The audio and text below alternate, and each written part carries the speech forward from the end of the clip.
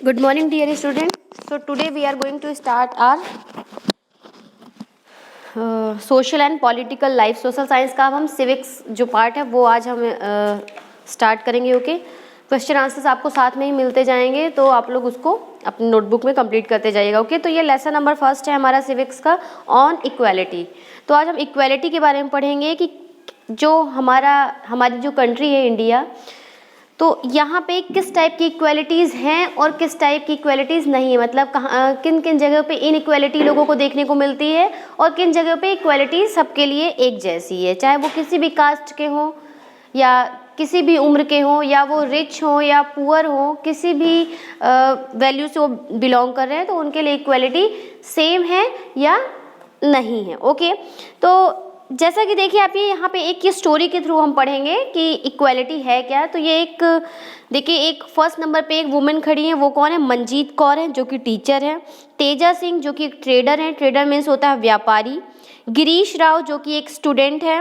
Kanta Devi domestic worker है, मतलब घरों में ये काम करती हैं कांता देवी। इन्हीं की स्टोरी के थ्रू हम जानेंगे कि एक्चुअल में इक्वालिटी है क्या। ओके, सुजाता जो है, सुजाता कुमारी जो है, ये भी डोमेस्टिक वर्कर है, ये भी एक घर में काम करती हैं। और ये सुजाता कुमारी और कांता देवी जो हैं फ्रेंड्स हैं। ओके, फिर देखते हैं अब्दुल रहमान आर्टिशियन है, शबनम बानो हाउसवाइफ है। तो इस तरीके से हर कास्ट के लोग या तो रिच हैं या पुअर हैं, या वो किस सेक्टर से बिलोंग कर रहे हैं, गवर्नमेंट एम्प्लॉय हैं या घर में काम करने वाले जो मेड होती है वो हैं, या कोई टीचर है या व्यापारी हैं, वो सब वोट देने के लिए एक ही लाइन में लगे हुए हैं। यहाँ कोई भी पार्शियलिटी नहीं है, यहाँ इक्वालिटी है कि हर किसी को वोट देने का अधिकार है। हमारे इंडिया में पॉलिटिकल वैल्यूज़ जो है वो सबके लिए इक्वल है।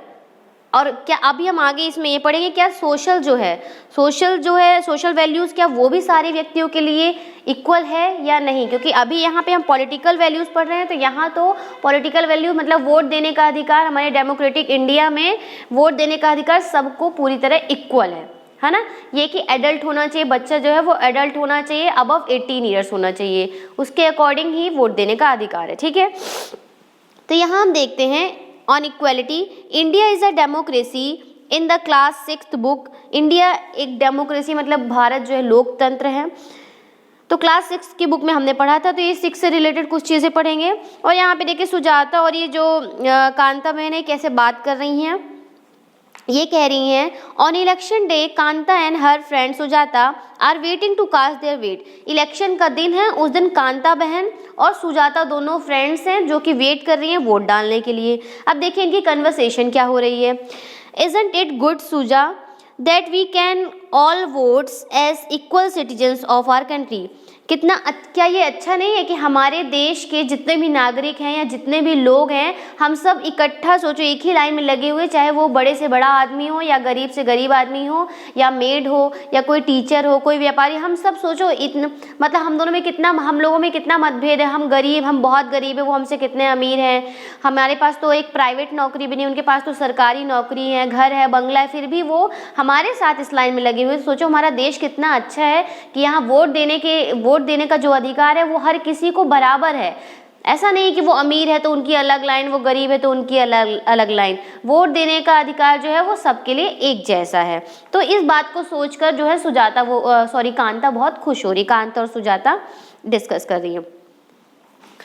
फिर देखिए क्या है, equal citizens of our country even Jain साहेब is standing in the line with us. जब यहाँ तक कि जो मेरे मालिक है जैन साहब, वो भी मेरे साथ लाइन में लगे हुए हैं, जबकि वो तो कितने रिच हैं।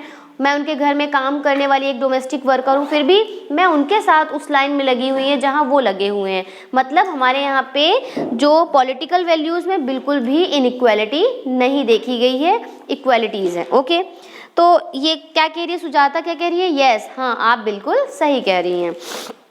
फिर देखिए go on Kanta it's your turn now. तो सुजाता क्या कह रही है कांता को कि कांता अब आपकी बारी है, जाइए आप भी वोट दीजिए। I will vote for the candidate who has promise to bring pipe water to our area. तो कांता क्या कहती है सुजाता से कि मैं तो उसी को वोट दूंगी, मैं उसी कैंडिडेट को वोट दूंगी जो मुझे प्रॉमिस करेगा कि मेरे घर के आसपास जो पानी निकलने वाली पाइप्स होती है वो लगा के देंगे, मतलब जिससे कि हमारे एरिया में भी साफ सफाई रहे। ये नहीं कि कहीं भी पानी फैला हुआ है, और पानी फैलने से क्या होता है, बीमारियां होती हैं। तो कांता बहन है, उनकी डिमांड यही है कि मैं उन्हीं को वोट दूंगी जो मुझे प्रॉमिस करेंगे कि हमारे एरिया में वो ड्रेनेज या पाइप वाटर के लिए प्रॉमिस करेंगे। ओके, ये इनकी कन्वर्सेशन है। नेक्स्ट पेज में अगर आप देखेंगे तो यहाँ पे क्या कह रही है, देखिए कांता और सुजाता दोनों की बात हो रही है। We will see you later Kanta, yes नमस्ते साहब। अब जो उनके साहब थे जैन साहब वो भी लाइन में लगे थे, तो वो क्या कहते हैं कांता को देख के, चलो हम बाद में मिलते हैं कांता, ठीक है। तो कांता क्या कहती है, हाँ बिल्कुल नमस्ते साहब, ऐसे बोलती है, ठीक है। अब देखिए यहाँ पे ये दो लेडीज हैं। नेक्स्ट पिक्चर में आप देख रही हैं, Gudiya has been running fever and I have to take her to the hospital. अब ये जो कांता की बेटी है गुड़िया, जो कि बीमार पड़ चुकी है ना, तो काफ़ी ज़्यादा फीवर है तो उनको हॉस्पिटल लेके जाना है। But I will have to finish the work, मगर मुझे अपना काम जो है पहले फिनिश करना पड़ेगा, उसके बाद ही मैं गुड़िया को हॉस्पिटल लेकर जा सकती हूँ।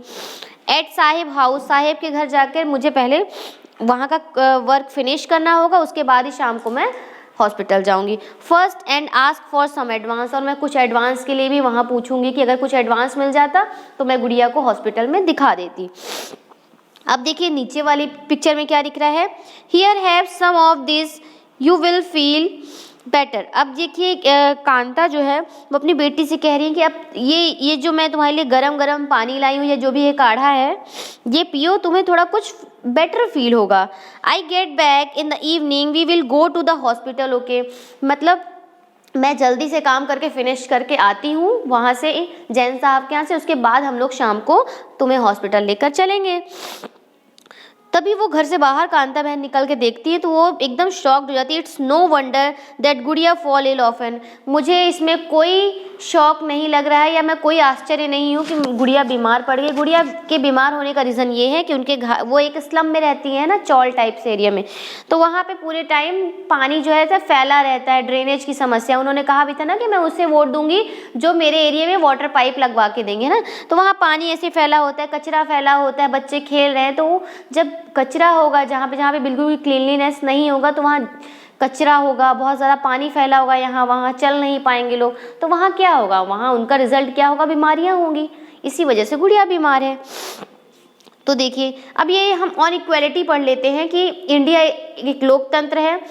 क्लास 6 की बुक में हमने पढ़ा था, we looked at the key elements of a democratic, हमने डेमोक्रेटिक गवर्नमेंट के कुछ की एलिमेंट्स देखे थे। दीज इंक्लूड पीपल्स पार्टिसिपेशन, उसमें कौन कौन सी चीज़ें इंक्लूड हैं, लोगों की भागीदारी, the resolution of conflicts and equality and justice. ये 4 चीज़ें जो हैं डेमोक्रेटिक इंडिया में इंक्लूड हैं। पार्टिसिपेशन लोगों की भागीदारी, रिजोल्यूशन ऑफ कॉन्फ्लिक्ट्स मतलब जो लोगों में मतभेद है उनको रिजॉल्व करना, फिर आपका क्या है जस्टिस मतलब न्याय, और आपका इक्वालिटी समानता। तो ये हमारे डेमोक्रेटिक इंडिया में आती हैं, ये सारी चीज़ हमने पढ़ी थी। तो सबसे इम्पॉर्टेंट अगर कुछ है तो वो है इक्वालिटी इज़ अ की feature of democracy and influences all aspects of functioning. तो अगर हमारे डेमोक्रेटिक इंडिया का सबसे इम्पॉर्टेंट की फीचर या की एलिमेंट अगर कोई है तो वो है समानता। जब आप सबको समानता का भाव देंगे, समानता के साथ ट्रीट करेंगे तो हर कोई आगे ही बढ़ेगा। वहीं पे अगर आप रिचनेस और पुअरनेस का एक डिफरेंस रख देंगे कि ये तो अमीर है तो इनको पहले वो चीज़ सर्विस प्रोवाइड की जाए, ये गरीब है इनको बाद में दी जाए, तो वहाँ पे लोगों के अंदर मतभेद पैदा होता है और उनके अंदर कई ऐसे सेंटीमेंट्स आने लगते हैं, उन्हें बुरी फीलिंग्स आती हैं कि हमारी गरीबी की वजह से हमारे साथ ऐसा बर्ताव हो रहा है, हमारी कास्ट ऐसी है तो हमारे साथ ऐसा बर्ताव हो रहा है ना।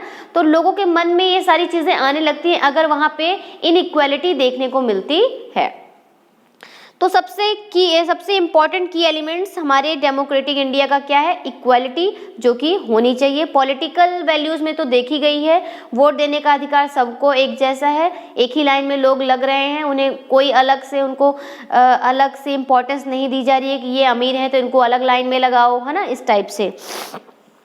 You will read more about